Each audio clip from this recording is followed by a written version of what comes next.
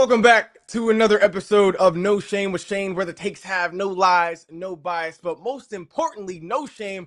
I'm your host, Shane Fordham, with all the shameless sports takes. Now, we are just days away from the NFL draft, really one of the biggest nights in all of college sports, professional sports, especially football. Now, say what you want about the offensive side of the ball in terms of the selection pool, but this is a deep, deep defensive class, especially when we talk about my favorite position, the edge rusher position. Now, in order to talk edge rushers, I had to bring someone on here who was qualified to talk the position, to talk the science, to talk the mechanics. This guy I'm about to bring on, he has his MD in pass rushing. He has his master's degree in pinning his ears back and just going to hunt.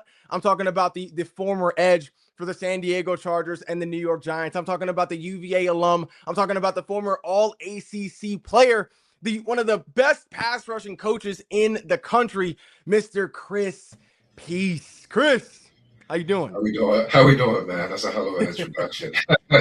Appreciate it. You like it? You got the energy up a little bit? How about to say, man? I need an energy drink after hearing all that. Nice. Well, Chris, I appreciate you joining the show. It's great to have you on. But you're really a teacher at the end of the day. So I figured I would just let you come on here and teach. Really. So I want to kind of get into first, before we start talking names, before we start name dropping and watching film a little bit, I want to get into first the basics. Like, when you get into the film room, right? What are the three most important, the three most important traits or tendencies that you notice in terms of, a quality defensive lineman or an edge rusher specifically? Really simple in that a lot of people have been asking me that. I would say number one, most importantly, you got to have a motor, a crazy motor. All the best guys do. You look at the guys like Miles Garrett. I mean, when he turns it on, he turns it all the way on. You look at T.J. Watt. I know he's getting on the back end of his career, but just the way he plays tenaciously. Micah Parsons, that's a great example of a guy and kind of an up and coming dude who kind of blossomed this year, Nick Bonito. I mean, those dudes' motors are just off the chain. Number two, I would say you have to have a really good get off. People like to get cute with all the pass rush moves, and yes, it's necessary, but simple football is the best. If you can get off the ball faster than the man across from you, you'll win more likely than not. And then number three, something that probably doesn't get talked about, I don't think enough, is just I think it's a dying art in this game, physicality. You look at the old clips of guys back like before, I would say 2010, it was just a different game. But the guys who are the most physical now, I think, are still some of the top pass rushers. Nice. Yeah, those all make sense. Now, when you look at the good, right, there's a lot of good pass rushers in this group in college. There are a couple of great ones. Same way for the NFL in terms of the landscape. We have a lot of good pass rushers, but then you have those great ones. And from your expertise, what separates the good pass rushers from just the great unblockable, uncontainable pass rushers, especially when we get to those, like, situational football instances in the game? Past year, I mean, the names that constantly came up, Messidor from Miami, Bain from Miami, Gailey. I mean, those dudes were absolutely disruptive. They changed the game. I know Indiana was a national champion, but I mean, you look at that whole game, and the quarterback struggled, and that was largely just because of those two, that whole Miami D line. But really, it just goes back again, motor. I mean, the dudes who just like snap in, snap out consistently are just like animals to the ball. And I mean, what are like the most important traits? You talk about Ruben Bain, you talk about Akeem Mesidor. Those dudes were just straight out hustlers too. Like, not even just pass Yeah. rushing, but they were praised for just always chasing down the ball, especially Ruben Bain, like always able to find the ball. Kind of similar to Caleb Downs in that regard, just kind of being just being a magnet to the ball, always being able to find that ball carrier. What are some other, along with that, I mean, what are some traits that come up to your mind in terms of that are most important that translate for translation to the NFL? Things that are, Uh, things that a good pass rusher needs to have, skills, traits, tendencies that a good pass rusher needs to have that'll definitely carry over to the NFL and help them to, make a roster like you did. Definitely Ben, and what you see out of those two dudes you just named, they have extreme Ben. I think they're coached very well. One of the most important just things of college the NFL guy can translate is speed to power. Those two dudes have it. That's a very important change up. You can't just be all speed and finesse. Um, I already talked about Ben. Some type of consistent counter, whether that's a spin, whether it's a throw by, a hump, but you got to be able to mix it up. You can't just be one dimensional. Both those dudes have a hell of a swipe. Both those dudes have speed to power, and they know when to counter back inside when they're getting pushed past the quarterback or when they're about to get pushed past the quarterback. Again, those guys are coached really high at a high level, thanks to Jason Taylor. Man, and I mean, how hard is that? Because I feel like, at least from my experience, it seems like bend having that like elite bend coming around that edge, coming around that corner, turning those hips. That seems like the hardest thing to really teach. Yeah. Like it's easy. It seems like it's easier to teach someone to have a quick get off, to Yeah. hand placement, be violent with their hands. But it seems like bend. That's the thing that seems like it really separates the good from the great. I mean, can you just talk about how hard it is to sort of really cultivate the art of bending around that edge, really being like water, trying to beat it off the Yeah, I think the way people coach it is kind of outdated. A lot of people, not everybody, but a lot of people. When it comes to bending, we used to use the term running around the hoop, and I don't think you can run around the hoop. I know you were talking about the crossover run, but you look at again some of the top dudes, they cross over on their way to the quarterback once they engage with the tackle. You look at Bain and Messidor, like they're crossing over running, they're stepping through. They're almost scooping a tennis ball or towel each time, they're bending around the edge. Messidor, especially, he's really good at this. He will literally swipe and like kind of just scoop his hands towards the ground. Like his bend is elite. And then we've seen Baines highlight videos and some of the stuff that's went viral this off season. That dude gets his big toe into the ground. It's easy for him to plant and redirect as he's turning and bending towards the quarterback. When you talk about hip flipping, one thing I don't do anymore is teach hip flip. I teach shoulder turn. If you turn your shoulder all the way east or west, your hips will come naturally with it. That makes it easier to bend.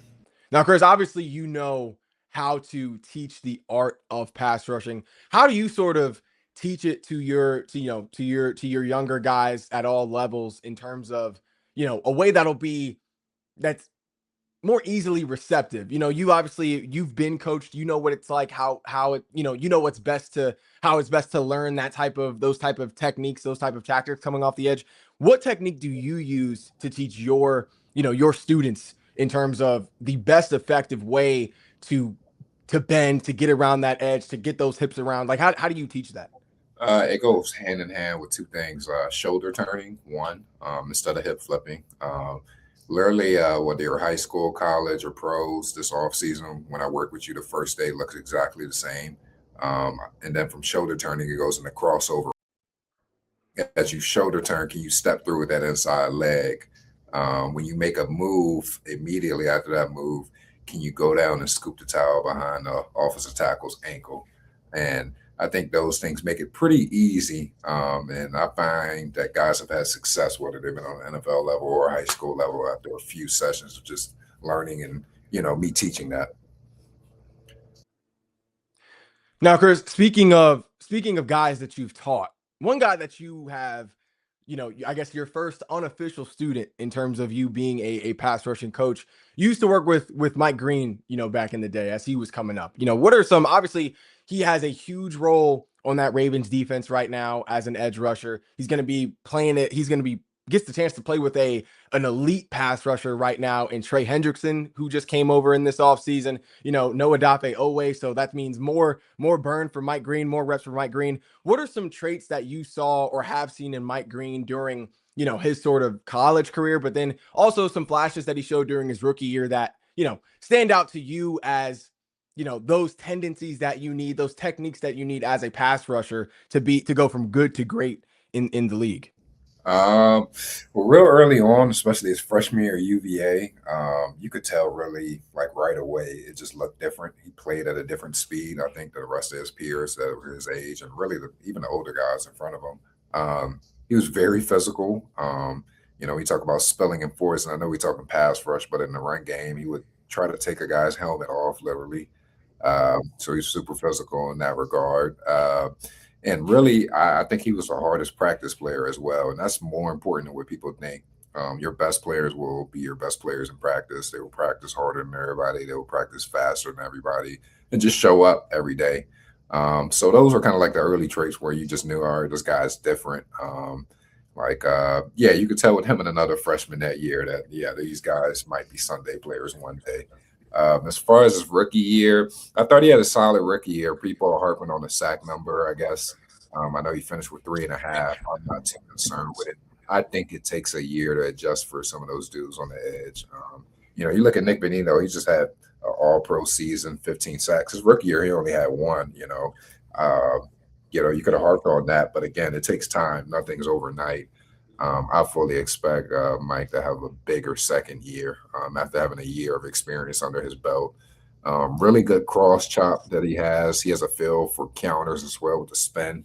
If he can go back to kind of how he was in college with the speed and power as a changeup, I know he's smaller, but he does have the capability. I think he adds that to his game, and you'll see things open up for him and have a big second year jump.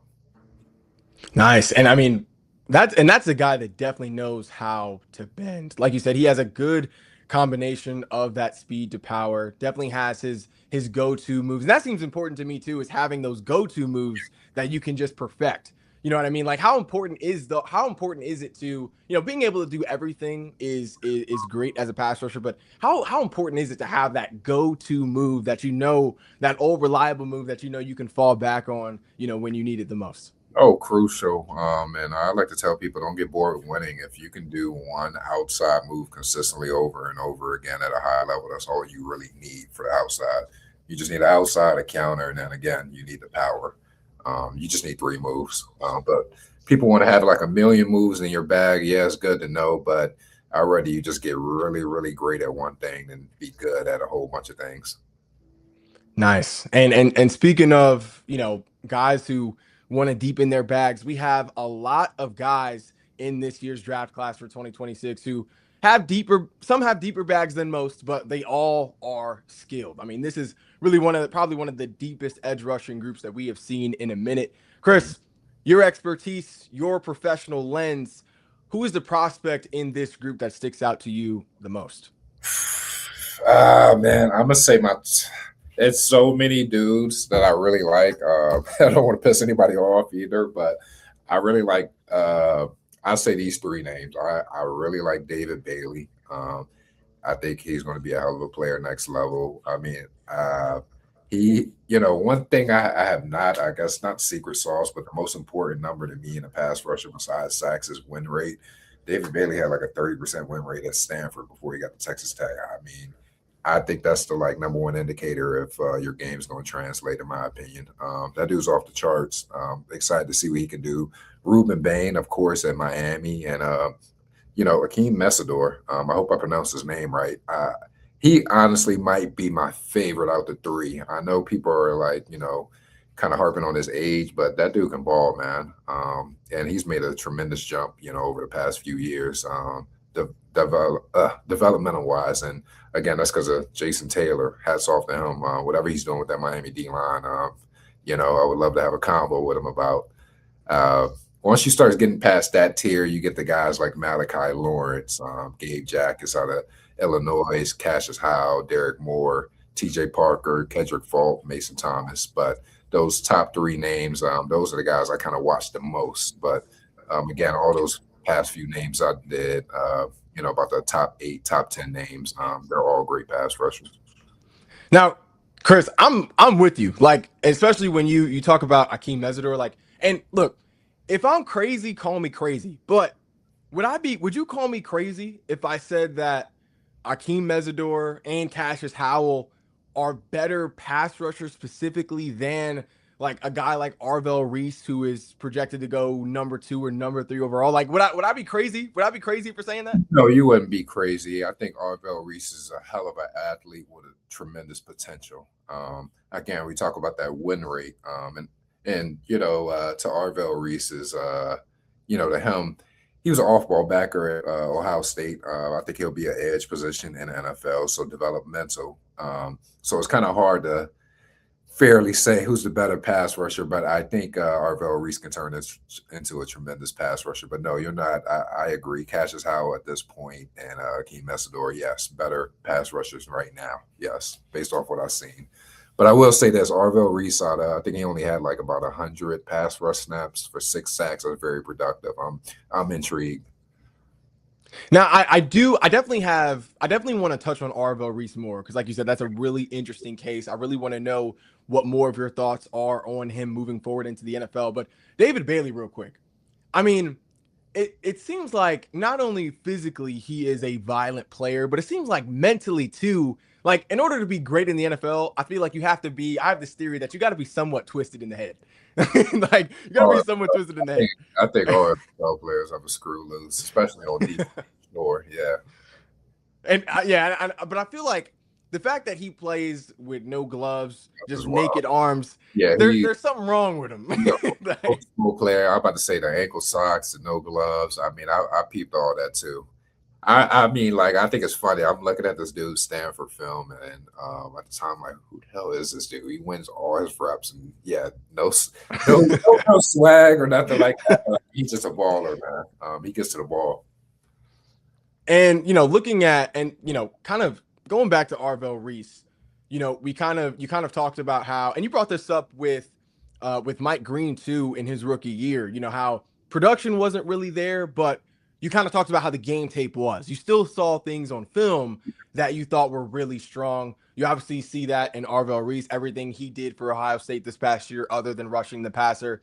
At what point, like, where do you draw the line between game tape and production? Like, which one do you think is overall more important? I'm going to go with, I think production never lies, man. Like, I think we make it too much about the 40 time, the measurables and all that, man. If the dude is a baller, he's a baller. Like Bane, for example, I know they keep saying he got short arms. I don't care about that, man. I just seen that dude dominate the college football playoffs. I haven't seen one tackle that could block him one-on-one. That dude, he will be just fine in the NFL. So again, like, I'm going production, man. It goes hand in hand with the game tape, obviously, but if a dude's productive, it should translate. I've seen very few times where a dude is massively productive in college, and then it just completely falls off in the NFL. If you dominate your competition, it will translate. Now, I definitely have questions for you about Rueben Bain, in terms of, the risk and reward of drafting a player like that. Definitely a productive player in college. But first, before we move on, Arvell Reese, you kind of touched on that a little before. You seem very excited at the idea of him being a dominant or predominantly edge guy. I want to know what your thoughts are on this first, because this is Arvell Reese. He recently kind of declared his own position, sort of at the combine, during that time. There's a clip I want to show you from the NFL, the welcome rookie edition of the NFL Insiders real quick. And I just want to get your reaction to that. So this is Arvell Reese talking about what position he sees himself as in the NFL. What was that? What do you want to do? Just be telling them I think I'm an outside linebacker, edge, potentially. I feel like that was important to state because just for the people who probably assume that, I probably got a lot of reps or worked edge a lot, I really didn't. I think I damn near didn't even scratch the surface for real. Said he didn't even scratch the surface. I mean, what does that tell you? I mean, I know this kind of gets you even more excited, but what does that tell you about what Arvell Reese could be if he does get moved to that, primarily to that edge position? You think about a guy like Michael Parsons. I know he started off as like an inside backer, off-ball backer at Penn State, and look at him now. He's kind of perennial, like 12 plus, 15 plus dude in the NFL in terms of sacks, and he's a top edge dude in the league now. So yeah, that makes you think about Arvell Reese, and when you talk about potential in that regard, I don't think he's worked it a lot, which like I said, makes it kind of exciting because if he gets coached up well, that dude can be a problem. He has all the measurables and the size, the speed, the length too. Do you Do you think that that is a generally, it seems like part of that was a business decision too, that you could say, because edge rushers obviously that's where the money's at, as opposed Yeah, to inside linebacker. Those are usually the highest paid defenders you in the know, league. I mean, the business decision, in my opinion, inside back is pretty hard. There's a lot of stuff going on in terms of reading the pulling guard and just kind of maneuvering through the center and guard and flowing the traffic. But it could have been a business decision. And when we kind of talk about kind of uh, converting these freakish athletes, right? You talked about how Micah Parsons, he started as an off-ball linebacker. He was more so inside. Arvell Reese, kind of similar path, outside, maybe a little more of an outside guy than an inside guy. But I mean, he moved around everywhere just about on that Ohio State defense. Do you think that that is a general good practice in terms of converting these freakish athletes to edge? Because I mean, there's been similar rumors around Sonny Styles. Whoever drafts him, they may want to convert him into an edge rusher too. Like, it seems a bit uneasy to me. But I mean, what do you think? Do you think that is a general good practice to use to sort of fully use those athletic gifts on the edge? I'm gonna say yes and no. It depends. Every dude can't necessarily do that. I'm not gonna throw no names as far as like projects that didn't work, but like you think about, yeah, Michael Parsons. You think about I'm drawing blanks on Jalen Walker from he just got drafted by the Falcons last year. He was kind of off ball, inside, all over, and I think he could be a demon off the edge too. So I think yes, it's a good investment to kind of make one of your best athletes on defense at edge, especially again if he has the size and the length. Like, yeah, let that guy roam free and get to the quarterback. Interesting. Okay, because it kind of makes me, and I guess we're kind of If you got a thinking 6'4", the same. 6'3" dude that's 235, 240 plus pounds that can run like a deer, yeah, stand him up 2-point stance and get him going off the edge. Yes. Okay, so do you think, as a pass rusher specifically, as an edge rusher specifically, would you say Arvell Reese maybe has a higher ceiling than a guy like Akeem Mesidor, than a guy like Cassius Howell? Even like your more so underrated pass rushers like the TJ Parkers, the Derek Moores, guys who have been kind of doing it more, consistently and have. The higher ceiling, I'm just going to say if a guy can run a 4.4 and 6'4", and he's 240 pounds, yeah, you can only imagine like, oh, if this comes together perfectly. But does it always happen that way? Often, no, it does not. But yes, you would like to say guys with like unicorn numbers and size, speed, higher potential. At the end of the day, I mean, this sounds like cheesy, but I'm still a believer. Heart is the ultimate kind of just like stat and just factor in terms of reaching your potential, how good you're going to be. Now, some mock drafts have actually deferred. Like, I think the first mock drafts we saw, Jets are taking David Bailey number 2 overall. We're starting to see some newer ones now that have Arvell Reese sort of bumping him out for that 2 spot going to New York. If you're a GM, put your GM hat on for a second. Obviously your expertise in this field. If you need a pass rusher specific, or I mean, what would you rather take a chance on? Would you rather take a chance on the proven dominant pass rusher, or the sort of multi-use guy that can do anything? Again, I hope people are watching this. I also hope they don't, because it's going to piss people off. But I'm going David Bailey. Just because, I mean, I watched him at Stanford. He had close to a 30% win rate that year and, 6-7 sacks the year before this Texas Tech year, and he completely dominated this year at Texas Tech. He can run like a deer. He's tall. He's long. I think that dude probably can drop in coverage if he needed it to him. He could be a 4-3, speed in, or a 3-4 outside backer in the NFL. I'm going with that dude if I'm the Jets at number 2. And now looking at, I agree with you, especially if I need a pass rusher specifically. Yeah. But now, and the only reason I wouldn't go Bain at number instead of him is just I think David Bailey can do 3-4 or 4-3. I'm not saying Ruben Bain can. It just seems like David Bailey fits that mold better. Definitely, yeah. And you can say the same about Arvell. Both of those guys are more 3-4 guys, can be off ball, can be down on the line. We keep getting to Ruben Bain. I definitely want to get on Ruben Bain, but one more question for Arvell Reese. Do you see, like, Is Arvo Reese the type of guy that you would change a defense for? Because obviously the Jets, they're more so a 3-4 walk down linebacker. Is that a guy you would change your defense for? Maybe keep Arvell solely on the edge? Because I feel like a 3-4, it's more so for disguise where you don't know who the fourth rusher will be. I think Sometimes gives you more options. But if you got 4, it doesn't matter. Like you just let them go. Like is that a like would you have Arvell down on the line predominantly or? the only person I'm changing the whole defense around right now is Myles Garrett and maybe Will Anderson. Facts. Okay. All right. Well, looking at Ruben Bain, we've been tiptoeing around Ruben Bain on the whole pod. One, obviously one of the most productive, if not, yeah, definitely one of the most productive edge rushers in this entire draft class. But there is concern around him because of his measurables, his shorter wingspan compared to other edge rushers in this class. How big of a concern? I know you touched on this a little earlier, but how big of a concern is that for you if you were drafting? 0.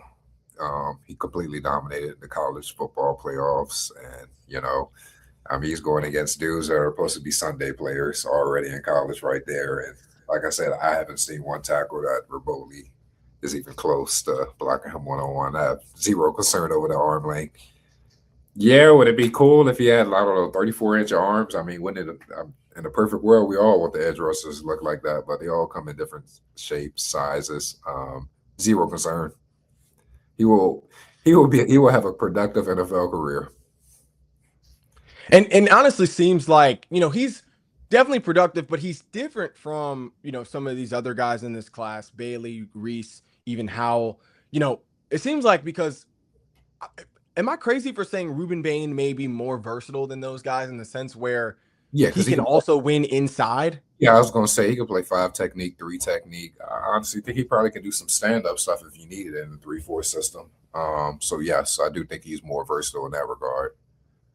Do you think that we could see, because of his maybe his frame, his smaller wingspan, we could see him do a little more, or if not balanced, a little more inside work in as compared to outside work? Go ahead, leave him right on the edge. I wouldn't do that to him. I think he's not a slow dude either. He's twitched up. Like you look at his get off. He's getting off the ball at a very high level. I think he's put him at a defensive end. Maybe in some situations put him at 3 technique, but his home is on the edge. Would I be crazy for comparing Ruben Bain because of his versatility to move around the D line? Like you said, he could be a 5, he could be a 9, he could win in the 3, maybe even in a 3rd and long situation, maybe even win in that 0. Just being able to dominate those interior linemen. Would I be crazy for comparing him to like a Brandon Graham or a Chris Jones, guys that we have also seen do the same thing in terms of moving around? Or does another comparison come to mind? Chris Jones is a little bit of a stretch just because of how much bigger he is. Graham, I can see that. But Jones is a little bit of a different beast just because that dude's like 6'4", maybe even taller. I think he might be close to 3 bills. He's just a freak athlete for his size, but I can see Graham a little bit, yeah. Okay. All right. Now, is Ruben Bain, do you think Ruben Bain is sort of, I mean, I would be shocked if he slips out of the top 10, but based on like how scouts are kind of talking right now, I mean, could you see a world where he slips into like top 15 from going like top 7, top 8 to top 10? I can see it. I mean, you never know on draft day. You always get that one prospect where you thought was going to go really high and then he ends up falling, unfortunately. But I think if you get him at 15, that's a hell of a pick. I think he's worthy of a top 10 pick.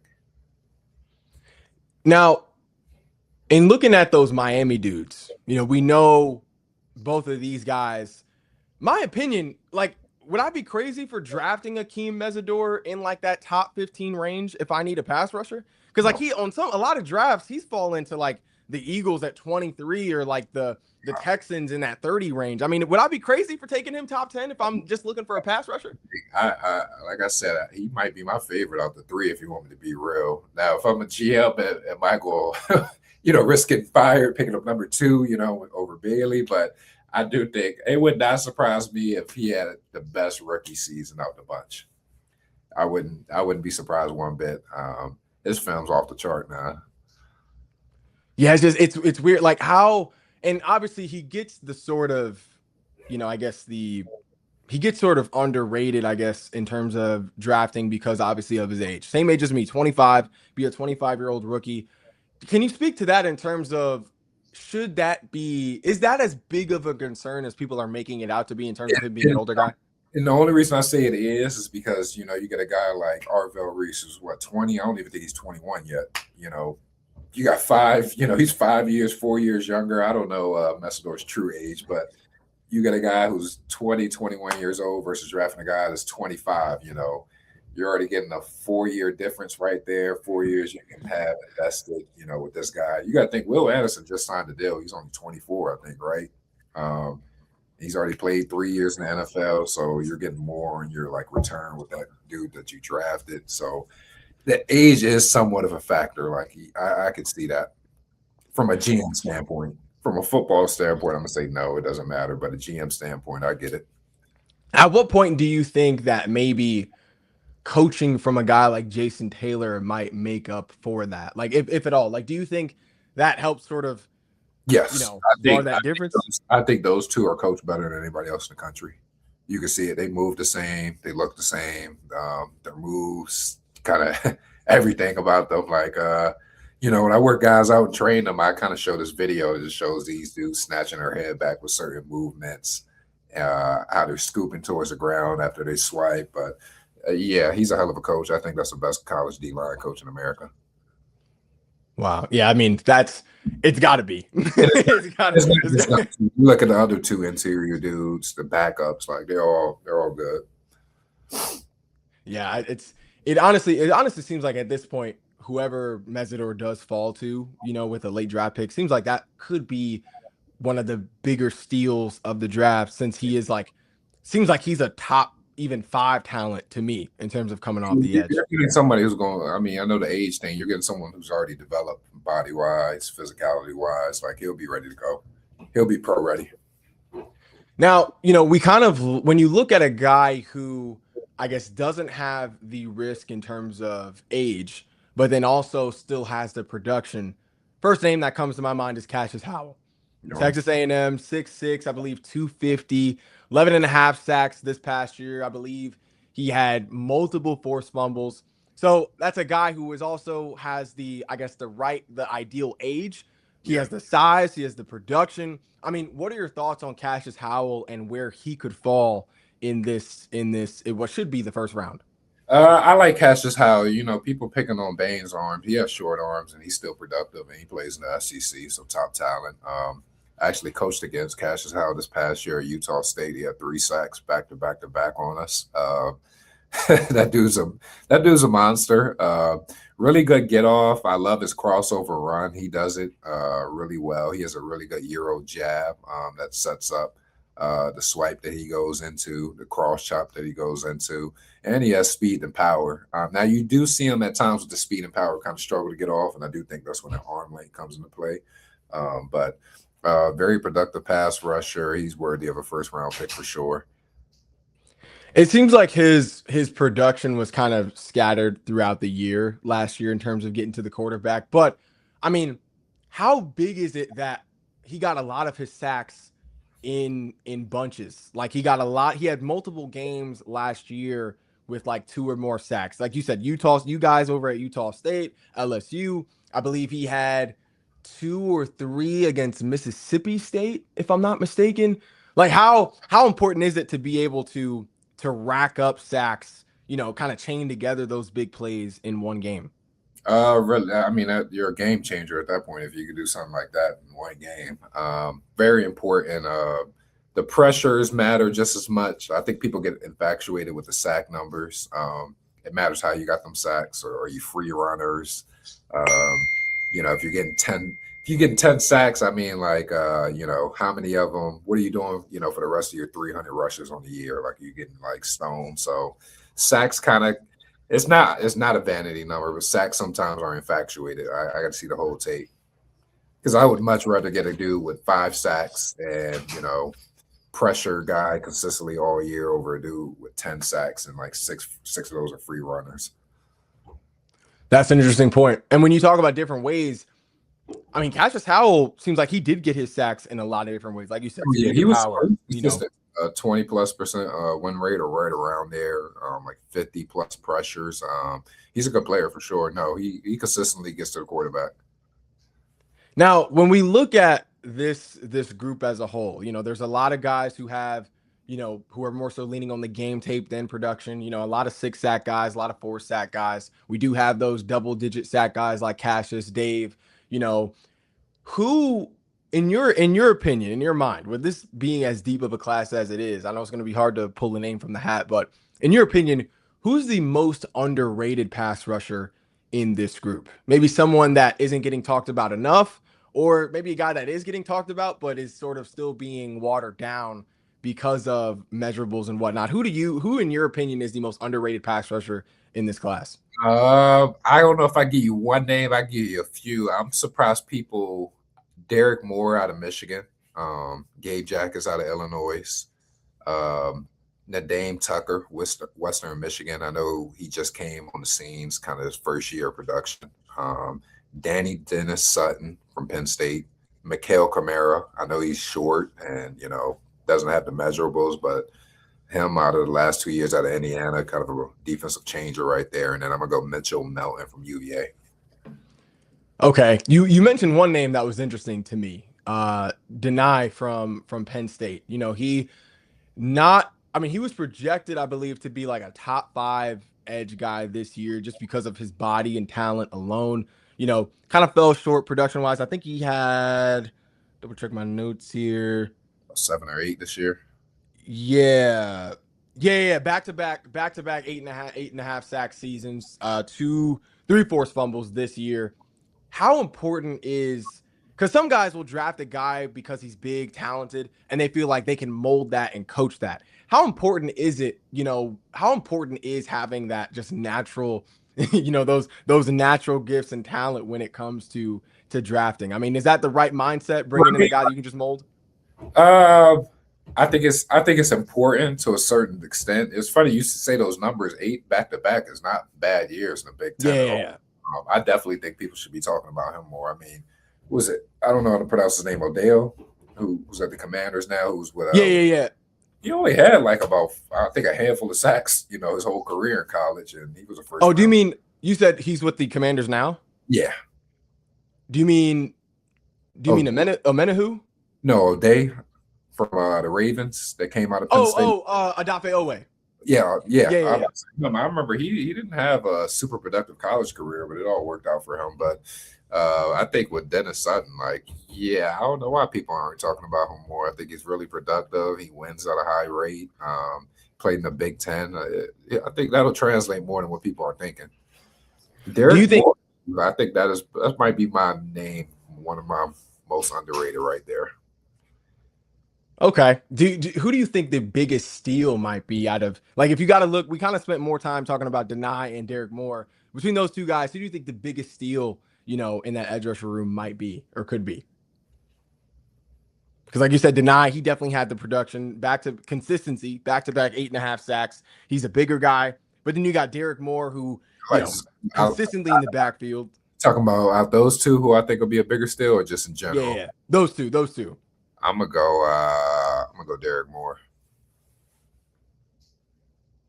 Why? Explain to me why. What goes into that? I think he can play the run better than what people think. I think he posted back-to-back years winning over 20% win rate. You should look into that stat. And he's productive. And again, he played in high competition. Definitely high competition. I mean, we definitely saw that this year in terms of SEC kind of dropping, you know, below the Big Ten in that sort of that football hierarchy in terms of talent. But, you know, Chris, in closing here, we've been talking about a lot of talented names in this edge rushing room. You giving me your expertise, the viewers your expertise. Obviously, you know what it's like to dominate a game as a pass rusher, so you know what it takes. I want to know from you, through your lens, through your expertise, I got to do it. I need your top 5 edge rushers in order from this class. Guys who you like.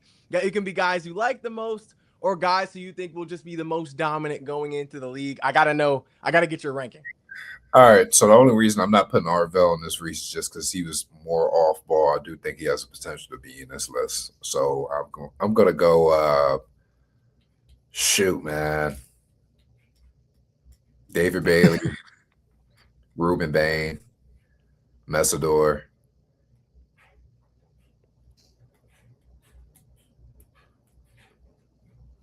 Malachi Lawrence, and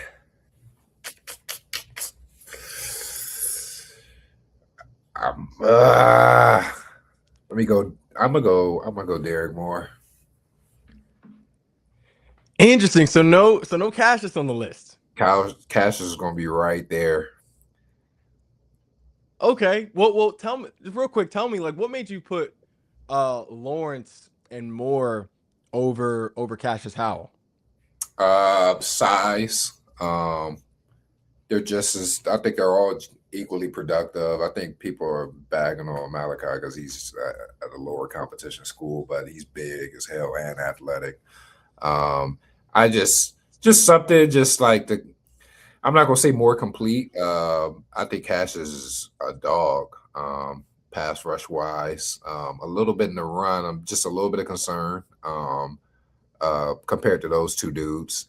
And again, like I think Derek is kind of. I'm not gonna say a sleeper. You can't be a sleeper if you're a first, second, third round projection. But I've been watching him the past few years a little more. Okay. And a name I haven't heard you bring up yet is Kendrick Folk out of Auburn. What are your thoughts on him? He's on the list. Him and Mason Thomas for sure. And they're on that list. TJ Parker. We just didn't get to them.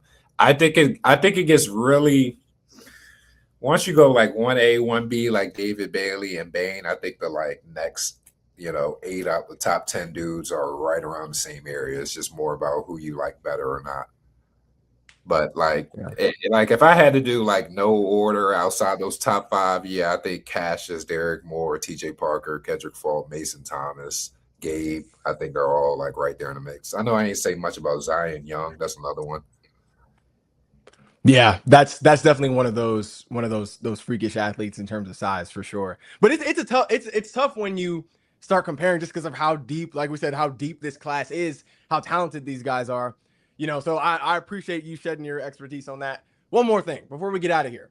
Anytime I get a defensive guy on here, I got to get their Mount Rushmore of pass rushers overall. Mount Rushmore pass rushers. You think you can give me that real quick? Mount Rushmore pass rushers. That's probably an even tougher list, but Von Miller. I'm gonna go Terrell Suggs.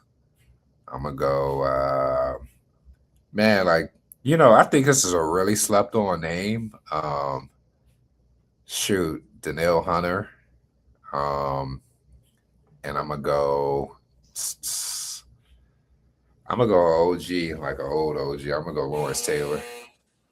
Interesting. Hey, we're getting hot now. We're getting hot because you put Danielle Hunter definitely the most underrated pass rusher. I'm about to say that's the most underrated pass rusher of all time, in my opinion. He got over 100 career sacks, and people talk about him, but people don't really talk about him like they should. Like, Yeah, that's true.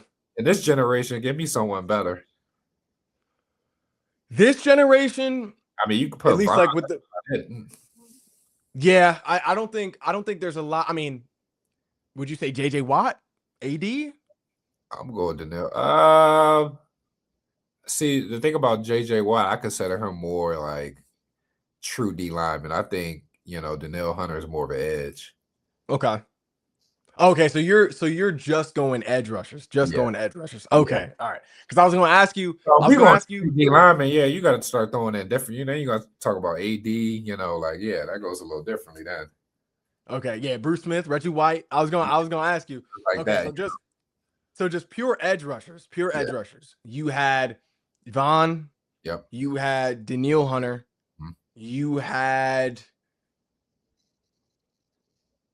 Who else did you have? Von, Danielle, Terrell, Suggs. Suggs. And then I thought I had a more recent name. I think you had Lawrence Taylor. You had LT. Now let me ask you a question. Why the no MG on the list? I gotta know why the no MG on the list. Myles Garrett, he's right there. I mean, you shoot. I mean, another year, he gets about 20 years. He's going to surpass everybody. Probably just because he only was 6-7 years old. He's about to pass everybody, but he's going. When it's all said and done, that'll probably end up being the GOAT. Okay, so you're going more so volume than. Oh yeah, don't get me wrong. Myles Garrett, that's the top it. Like I said, I'll change the whole defense for him. Yeah. Yeah, for He's, sure. he's at the point I don't even show people, like, when I'm like the college kids, I don't even show Myles Garrett film because it's like, you can't learn that. You can't teach that. Cool. Well, hey, look, Chris, I appreciate you. This is going to be, we are in for quite the draft weekend coming up this week. It'll be excited to see which edge rushers get taken first, which edge rushers go where. But that's all we got for today's edition of No Shame with Shane. If you haven't already, be sure to like, follow, and subscribe to all of our social media platforms. And I'll be back later on with more Shameless Takes. Chris, we appreciate you. Thank you, man.